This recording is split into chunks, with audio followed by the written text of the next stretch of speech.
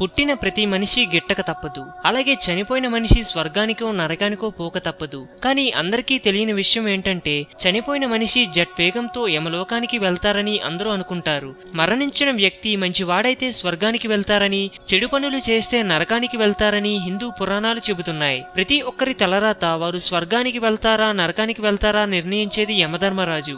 ఎవరు స్వర్గానికి వెళ్తారు ఎవరు నరకానికి వెళ్తారు అనేది ఆయనే నిర్ణయిస్తారు. ఒకవేళ మరణం తర్వాత ఆత్మ యమలోకానికి యమధర్మరాజు దగ్గరికి వెళ్తే ప్రయాణం ఎలా ఉంటుంది? అసలు మరణం తర్వాత యమలోకానికి వెళ్లే మార్గం గురించి గరుడ పురాణం చెప్పే విషయాలన్నీ ఓసారి పరిశీలిద్దాం. చనిపోయిన తర్వాత యమలోకానికి చేరుకోవడానికి 47 రోజులు ప్రయాణం పడుతుందట.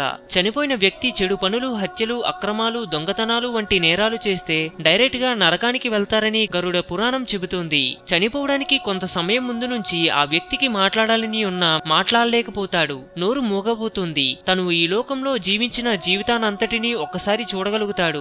జీవితపు చివరి క్షణాల్లో అతనిలో దివ్యదృష్టి చేరుకొని ప్రపంచాన్నంతటినీ అర్థం చేసుకోగలుగుతారట.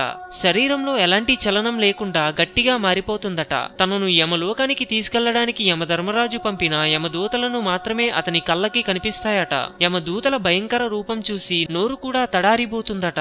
యమదూతలను చూసిన వెంటనే చనిపోయిన వ్యక్తి చాలా భయానికి గురై మూత్రం లేదా మల విసర్జన చేస్తారని పురాణంలో చెప్పబడుతుంది.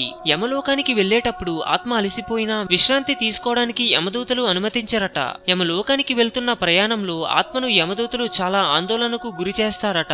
మొండిగా వ్యవహరించే ఆత్మలను యమదూతలు అతి కిరాతకంగా కొరడాతో హింసిస్తారట. దేవుడిని పూజించని వాళ్లకు, ఇతరుల తప్పులను క్షమించని వాళ్లకు స్వర్గానికి వెళ్లడానికి యమధర్మరాజు అనుమతించడట. యమలోకానికి చేరిన వెంటనే యమరాజు ఒకసారి ఆత్మను వాళ్ళు చనిపోయిన స్థలానికి పంపిస్తారు. చనిపోయిన వ్యక్తికి తన కుటుంబ సభ్యులు అంత్యక్రియలు చేస్తున్నారా లేదా, ఆత్మ శాంతి కోసం కర్మ నిర్వహిస్తున్నారా లేదా అని తెలుసుకోవడానికి ఆత్మను మళ్లీ కిందకు పంపుతాడు. ఒకవేళ కుటుంబ సభ్యులు అంత్యక్రియలు నిర్వహించకపోతే ఆత్మ ప్రశాంతంగా ఉండే ప్రదేశాలలో సంచరిస్తూ ఉంటుందట. ఇది సంగతి. హిందూయిజం గురించి మరెన్నో గొప్ప గొప్ప విషయాలను తెలుసుకోవడం కోసం మా ఛానల్ ని సబ్స్క్రైబ్ చేయండి. ఈ వీడియో మీకు నచ్చినట్లయితే లైక్ చేయండి, షేర్ చేయండి.